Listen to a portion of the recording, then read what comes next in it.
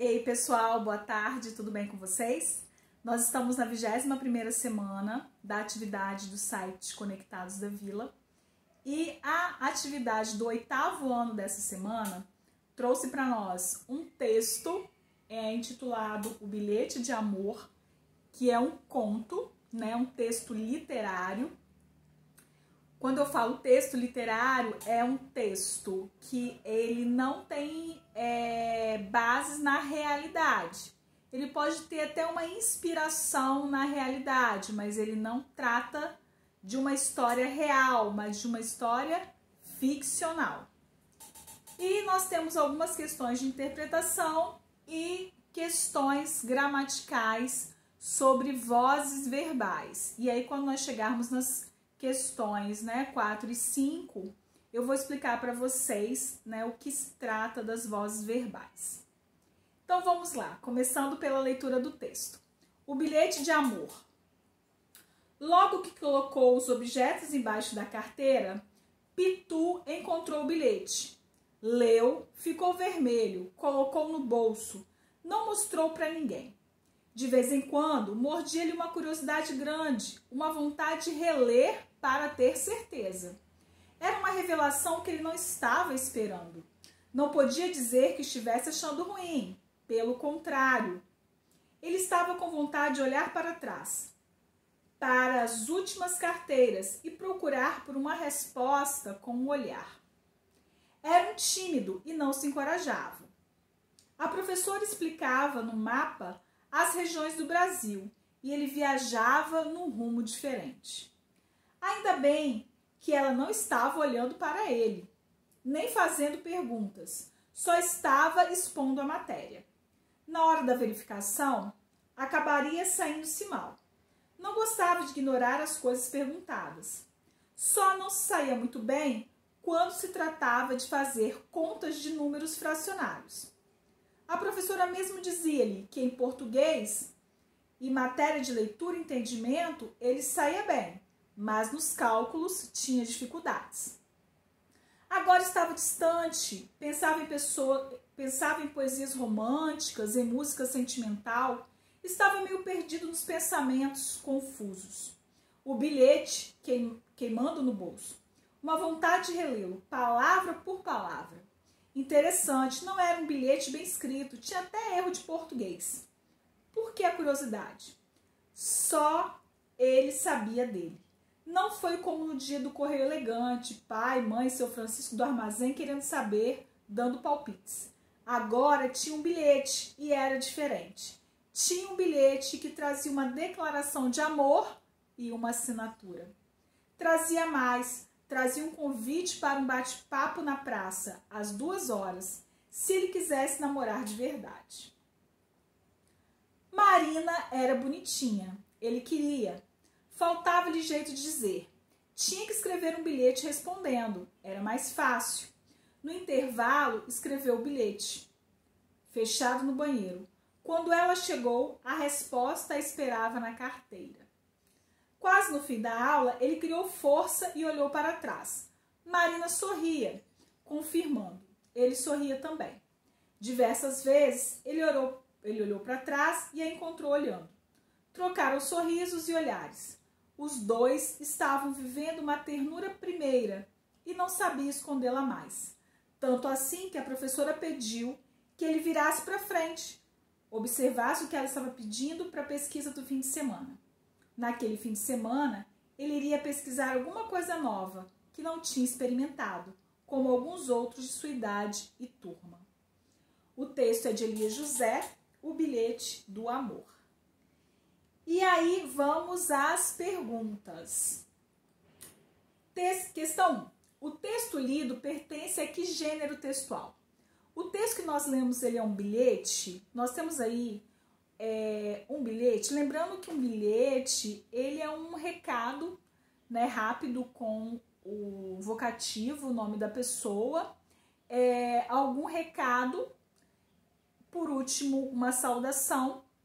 E tem como principal característica que é um texto curto, um texto rápido. Então, esse texto que nós lemos, ele é um texto curto, é um texto rápido, é um bilhete? Então, nós não podemos confundir. O texto, ele fala de um bilhete, mas o gênero textual, o texto, o tipo do texto é um bilhete? É um conto? Lembrando que o conto é um texto narrativo, né, ficcional, que traz tempo e espaço bem definidos, personagens, né, tem um começo, meio e fim, né, tem o início, a situação inicial, tem o desenvolvimento, tem o clímax, né, que é o ponto alto da história, e tem o desfecho. É uma crônica? A crônica também é um texto narrativo, mas a crônica, ela diferencia-se do conto porque ela trata mais de um fato cotidiano, às vezes com um tom mais humorístico, um tom de reflexão. E é uma crônica? Letra D, carta. O texto trata de uma carta. A carta, ela é parecida um pouco com o bilhete, né? A carta também tem o vocativo, tem a data, né? Tem o assunto, tem a despedida. O texto trata-se de uma carta, então nós vamos marcar a única alternativa correta. Questão 2. Um trecho do texto que expressa uma opinião.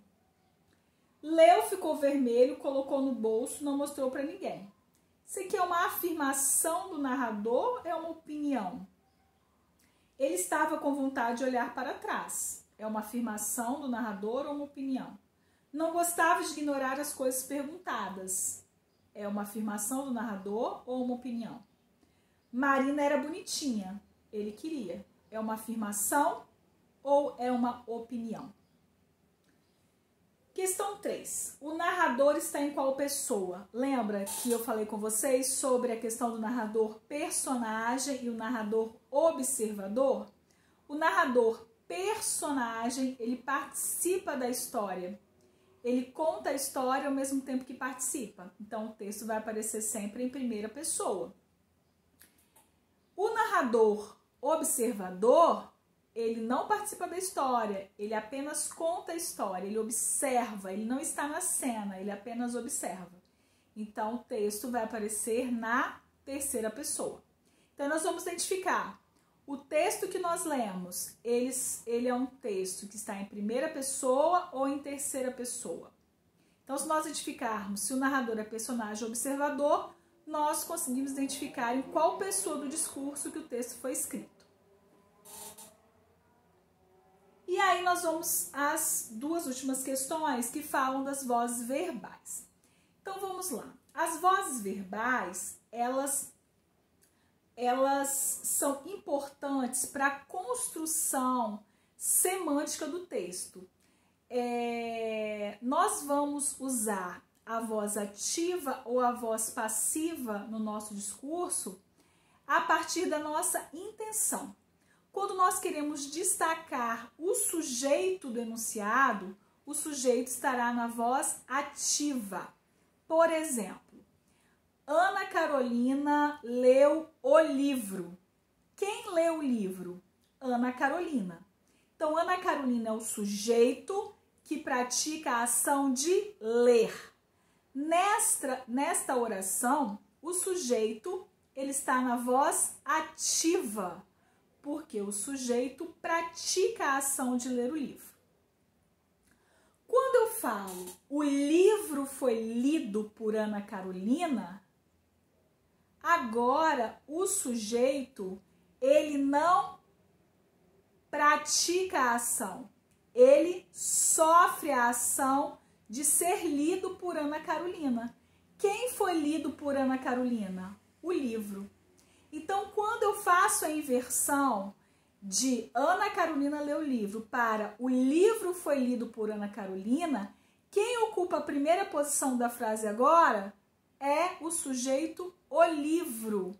Então, eu quero valorizar o livro. A minha intenção é mostrar que o livro foi lido por Ana Carolina. Então, o sujeito é sujeito passivo, sujeito paciente. Por isso, nós dizemos que a frase está na voz passiva. E quando é que o sujeito será reflexivo?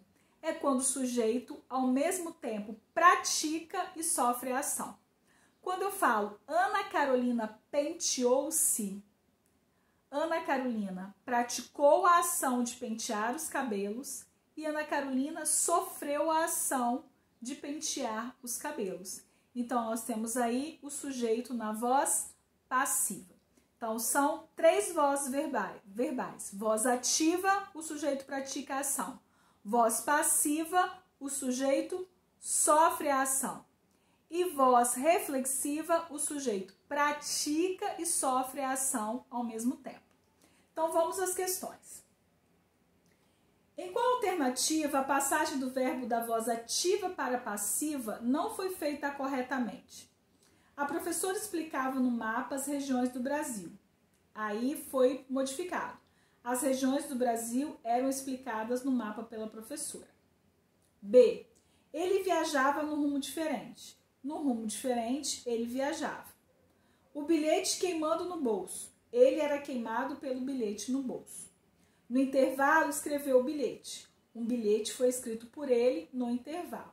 Lembrando que nós vamos marcar a única alternativa que a voz ativa foi transformada para a voz passiva corretamente. Não foi feita corretamente. Então, é a única que está errada, ok? Nós temos 4 alternativas. 3 estão corretas e uma foi modificada de forma indevida, está incorreta, ok? Nós vamos marcar a única que está incorreta. Questão 5. Qual das alternativas a seguir apresenta o verbo na voz reflexiva? Qual das alternativas que o sujeito aqui, ele pratica e sofre a ação ao mesmo tempo? Em português e matéria de leitura e entendimento, ele se saía bem. Ele sorria também. Trocaram sorrisos e olhares. Agora tinha um bilhete e era diferente. Então, nós vamos marcar a única alternativa que o sujeito sofre e pratica a ação ao mesmo tempo. Ok? Espero que a explicação tenha ajudado vocês, que vocês consigam fazer. Não deixem de fazer as atividades, façam no site, anotem no caderno as respostas. Quem pega as atividades na escola, não deixem de fazer, guardem as folhinhas para que vocês possam comprovar que vocês fizeram a atividade. Tá bom? Um beijo, 8º ano. Estou com muita saudade de vocês. Beijo e até o próximo vídeo.